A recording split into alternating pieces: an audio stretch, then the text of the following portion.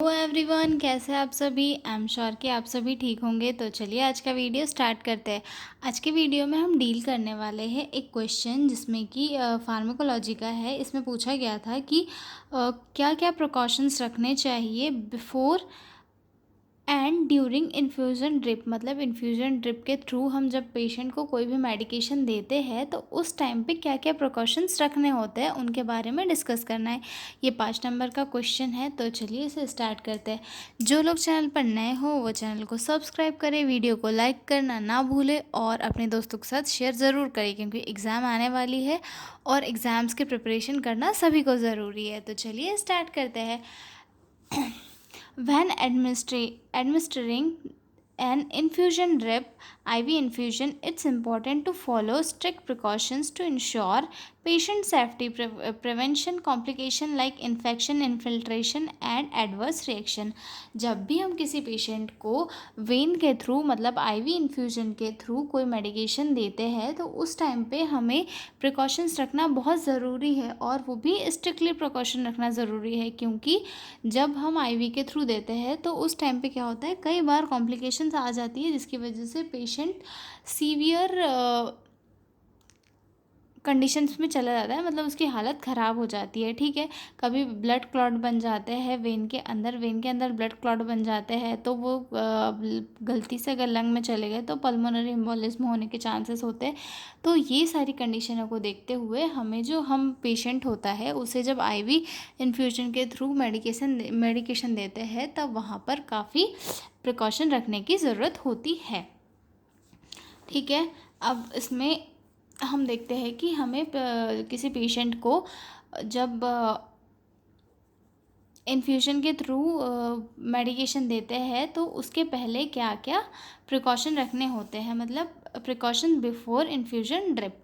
तो सबसे फर्स्ट है verify the doctor sheet, doctors order. हमें check the correct fluid dose, rate and duration. मतलब पेशेंट को मेडिसिन देने के पहले हमें डॉक्टर का जो प्रिस्क्रिप्शन है उसे देख लेना चाहिए। उससे जो है करेक्ट डोज मिला लेना चाहिए, उसकी रेट मिला लेना चाहिए और उसका ड्यूरेशन मिला लेना चाहिए। ठीक है, confirm patient identity using two identifiers name and ID band. मतलब जो पेशेंट है सबसे पहले तो हमें उसे आइडेंटिफाई करना चाहिए कि हम जिस पेशेंट को दवाई दे रहे हैं ये उसी पेशेंट की है या नहीं। पेशेंट के नाम और उसके आईडी बैंड से उसे आइडेंटिफाई करना चाहिए। देन जो डॉक्टर के द्वारा प्रेस्क्राइब की गई मेडिसिन है उन्हें मैच करना चाहिए है कि किस मतलब जो ड्रग है उसका डोज क्या है, कितने ड्यूरेशन तक चलेगी, इसकी रेट क्या होगी, ये सारी चीज़ें मैच करके ही हमें पेशेंट को देनी चाहिए। ठीक है, assist the patient, take vital sign. Vital sign लेना तो सबसे इम्पॉर्टेंट होता है जो हर एक नर्स को करना चाहिए। Check for any allergies, patient को कोई एलर्जी तो नहीं है ये चेक करना चाहिए। स्पेशली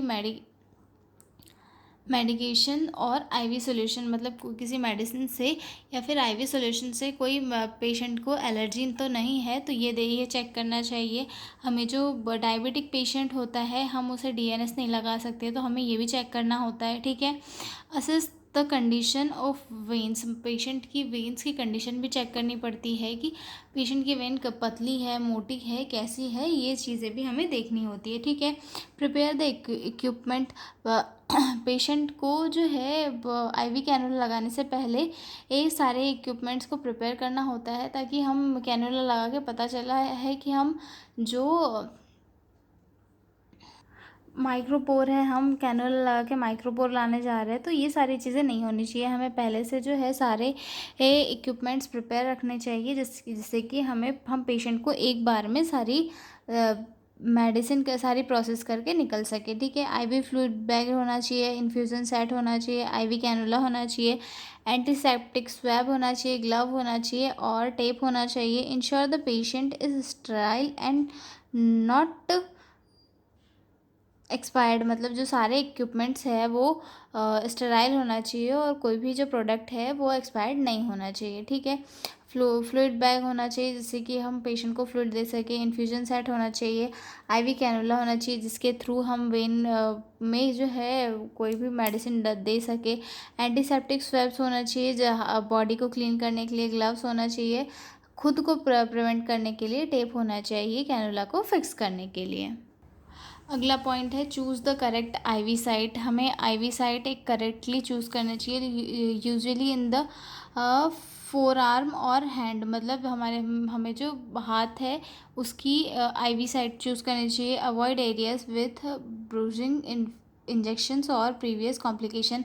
ऐसी जगह को चूज़ नहीं करना चाहिए जहाँ पर कोई पहले कॉम्प्लिकेशन या इंजेक्शन लगाए हो जिसकी वजह से वहाँ पे जो है इन्फेक्शन हो सके, ठीक है। Use antiseptic techniques, wash hand, wear gloves, clean the sterile site with antiseptic alcohol और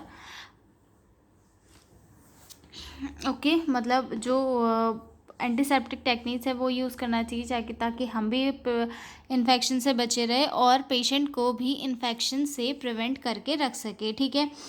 explain the procedure to the patient. Patient को प्रोसीजर एक्सप्लेन करनी होती है कि हम आपको जो है ये आईवी कैनुला लगाएंगे, उसके थ्रू हम आपको मेडिसिन देंगे। पेशेंट से कंसल्ट लेना होता है और पेशेंट के अंदर किसी टाइप का कोई फियर तो नहीं है ये चेक करना है और उसके जो फियर है उससे ये थोड़ा समझा बुझा के जो है उसका फियर दूर करना है, ओके। उसके बाद इसके हम प्रिकॉशंस देखते हैं। प्रिकॉशंस ड्यूरिंग इन्फ्यूजन ड्रिप, मतलब हमने अब उसे जो कैनुला है वो लगा दिया है, लगाने के बाद कैन फिक्स से उसको फिक्स कर लिया। फिक्स करने के बाद में आईवी सेट और जो सारी चीज़ें हैं वो कनेक्ट कर दी। अब उसके बाद हमारा जो ड्रग है वो पेशेंट को दिया जा रहा है, तो इस ड्यूरेशन में हमें क्या क्या प्रिकॉशंस रखने चाहिए ये हम अब देखेंगे। सबसे फर्स्ट तो है monitor the infusion rate. Infusion का रेट हमें मॉनिटर करना है। Ensure the drip rate is as prescribed, मतलब जो ड्रिप का रेट है वो डॉक्टर के द्वारा प्रेस्क्राइब्ड ही होना चाहिए कि इतने ड्रॉप पर आर, ठीक है।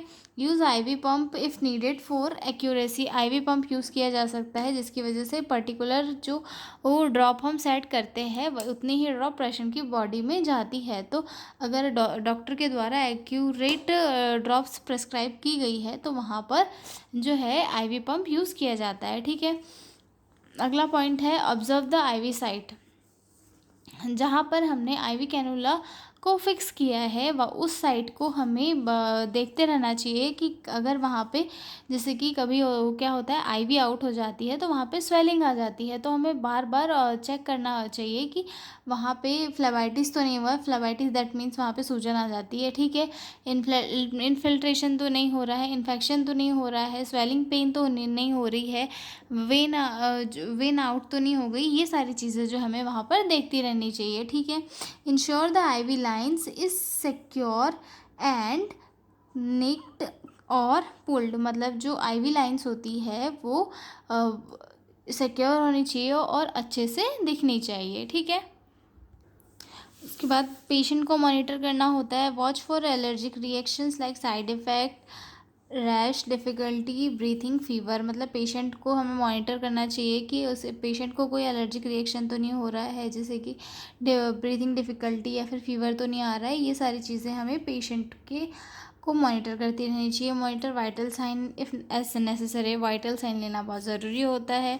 उसके बाद maintain aseptic conditions, avoid touching sterile parts of the IV set, replace tubing and dressing as per protocols, मतलब एसेप्टिक टेक्निक्स जो है किसी भी हेल्थ केयर पर्सनल को यूज़ करनी चाहिए। उससे क्या होगा कि पेशेंट भी सेफ़ रहेगा और वो खुद भी सेफ़ रहेगा। Avoid touching sterile parts of IV set, मतलब जो आईवी सेट के स्टेराइल पार्ट्स होते हैं उन्हें टच करने से अवॉइड करना चाहिए, जिससे क्या होगा कि आईवी सेट स्टेराइल रहेगा। Replace tubing and dressing as per protocols, जो ट्यूबिंग और ड्रेसिंग है उसे प्रोटोकॉल के अकॉर्डिंग ही रिप्लेस करनी चाहिए, जैसे ग्लव पहन के, हैंड वॉश करके और उसे अपने एक पर्टिकुलर जो सेग्रीगेट किया हुआ बिन होता है वहाँ पे डिस्कार्ड करनी चाहिए। उसके बाद अगला है इंश्योर फ्लूइड फ्लोइंग प्रॉपरली, मतलब फ्लूइड जो है वो प्रॉपरली बॉडी में फ्लो हो रहा है कि नहीं ये भी चेक करते रहना चाहिए। No air bubble in the line, bag is not empty और लीकिंग, जो बैग है वो भी लीक नहीं होता हुआ होना चाहिए और जो लाइन होती है उसमें भी कोई एयर नहीं आनी चाहिए, ठीक है। डॉक्यूमेंट एक्यूरेटली, अगर पेशेंट को ये फ्लूइड प्रोवाइड कर दिया गया है तो उसे ये अच्छे से फाइल में डॉक्यूमेंट कर लेना चाहिए, ठीक है। ये हालांकि बहुत ही इजी था, ये अगर कोई भी हॉस्पिटल में वर्क करता है तो ये सारी जो चीज़ें हैं वो काफ़ी इजी से लिख देगा, ठीक है। तो अब हम मिलेंगे अगले वीडियो में एक नए क्वेश्चंस के साथ, और सभी को एग्ज़ाम्स के लिए all the best and bye bye.